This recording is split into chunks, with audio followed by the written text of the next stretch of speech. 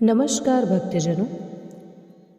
तुलसी विवाह का आयोजन देव उठनी एकादशी से लेकर कार्तिक पूर्णिमा तक कभी भी किया जा सकता है। वैसे पंचांग में तुलसी विवाह की डेट 2 नवंबर 2025 को दी गई है। बता दें, तुलसी विवाह के शुभ अवसर पर घरों और मंदिरों में तुलसी जी और शालिग्राम भगवान का विवाह कराया जाता है। इस दिन भक्त उपवास रखते हैं और शाम को विवाह समारोह का आयोजन करते हैं।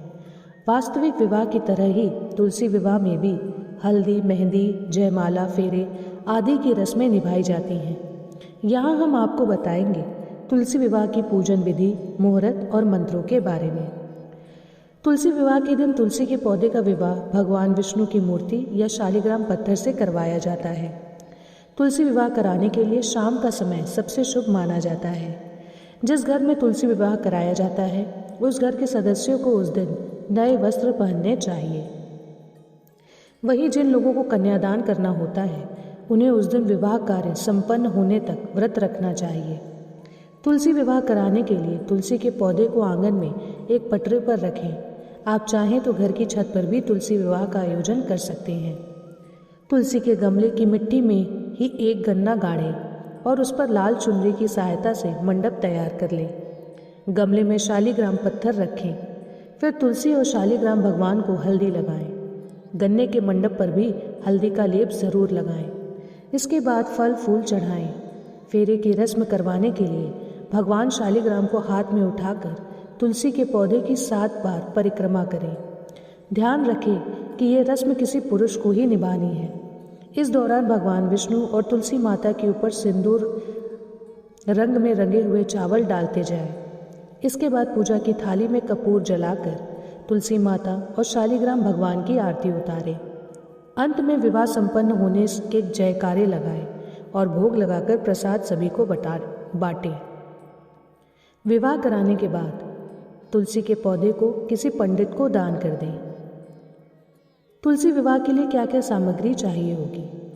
सबसे पहले आपको चाहिए तुलसी का पौधा, भगवान विष्णु की मूर्ति या शालिग्राम जी की फोटो, नारियल, कपूर, धूप, चंदन, लाल रंग का वस्त्र, पूजा की चौकी, कलश, फल और सब्जी जैसे मूली, शकरकंद, सिंघाड़ा, आंवला, बेर, मूली, सीताफल, अमरूद, सुहाग की सामग्री, केले के पत्ते, हल्दी की गांठ। आपको इस दिन तुलसी विवाह मंत्र भी बोलना है जो कि है देवी त्वम निर्मिता पूर्व मर्चितस्य मुनीश्वर नमो नमस्ते तुलसी पापम हरिप्रिय। इसका अर्थ है, हे तुलसी, मैं तुमसे विवाह कर रहा हूँ और विवाह के पश्चात 7 जन्म तक मैं तुम्हारा रहूँगा और मैं तुम्हारे साथ तुम्हारे सुख दुख में, सुख समृद्धि में और जीवन में किसी भी प्रकार की कोई भी बाधाएं आएंगी मैं तुम्हारे साथ रहूँगा और उसका सामना करूँगा। इसीलिए कहा जाता है कि विवाहित महिलाओं को इस दिन तुलसी जी की पूजा करनी चाहिए।